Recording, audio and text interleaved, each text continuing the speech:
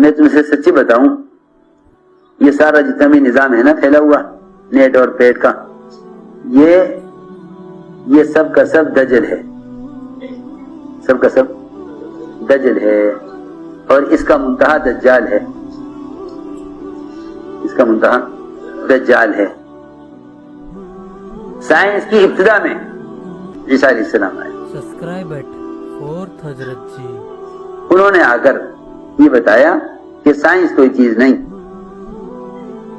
ظاہر کے خلاف ہونا اللہ تعالیٰ کے امر سے ہے، سائنس سے کوئی تعلق نہیں ہے۔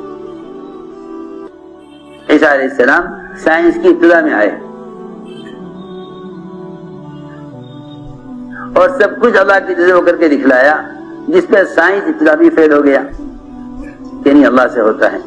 انہوں نے مردے کو زندہ کر دیا، ابرص کو ٹھیک کر دیا، اندھے کو بینا کر دیا۔ جب یہ سائنس ترقی کرتے کرتے کرتے کرتے کرتے کرتے اپنی انتہا کو پہنچے گی تو اس کا انتہا دجال ہوگا، اس کا منتہا دجال ہوگا۔ دجال کو بھی وہی آ کر دجال کو بھی وہی آ کر ختم کریں گے۔ لو جی یہ ہے، وہی یہ ہوا خلاصہ سارے دجل کا۔ عیسیٰ علیہ السلام سائنس کی ابتدا میں بھی اور عیسیٰ علیہ السلام سائنس کی انتہا میں بھی۔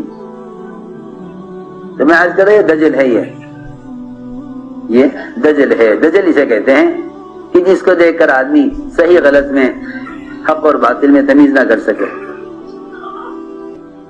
اس زمانے میں جتنے بھی عوام اور پڑھے لکھے الجھ گئے دین کے بارے میں، اس کی صرف وجہ یہ آلات اور ذرائع ہیں، کیونکہ علماء کی صحبت نہیں، موقع محل کے اعتبار سے بات کو سمجھنا نہیں، ایک بات سنتے ہیں اسے ان آلات کے ذریعے پھیلا دیتے ہیں، عوام جاہلوں کے ہاتھ میں پہنچ جاتی ہے جنہیں صحیح غلط کی تمیز نہیں ہے۔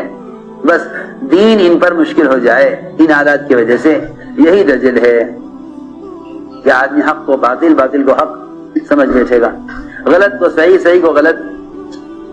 کیوں؟ اس لیے کہ علماء کی صحبت نہیں، علم کی مجلسیں نہیں۔